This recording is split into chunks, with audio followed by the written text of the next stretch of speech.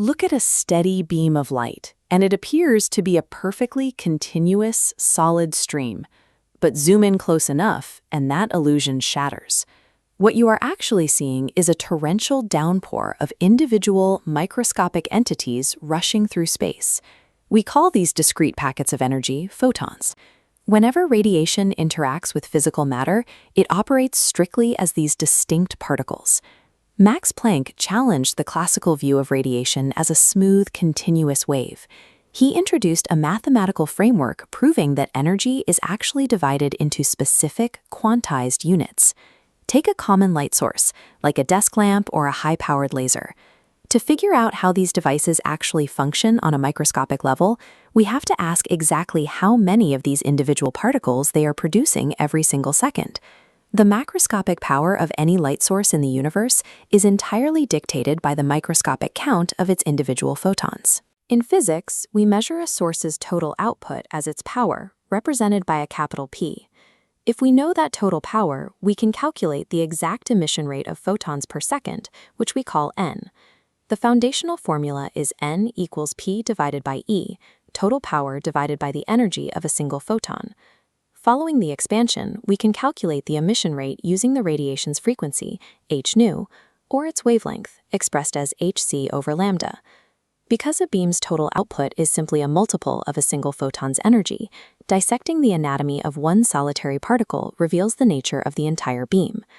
Isolate a single photon in midair, and you can map out its exact internal specifications.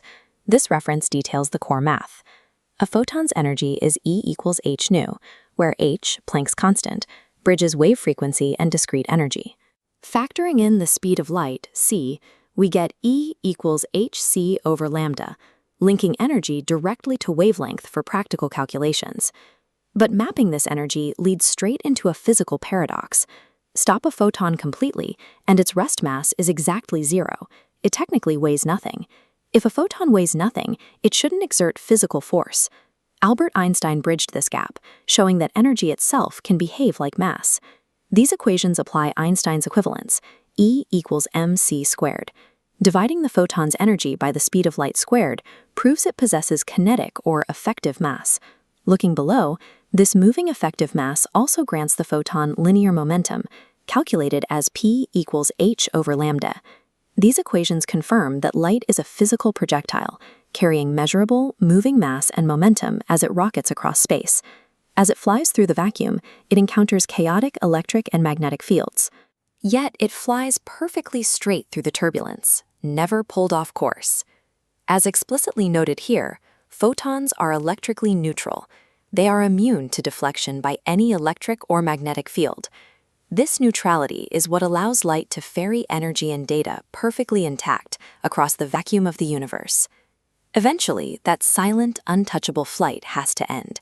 The isolated photon finally strikes a subatomic particle of matter.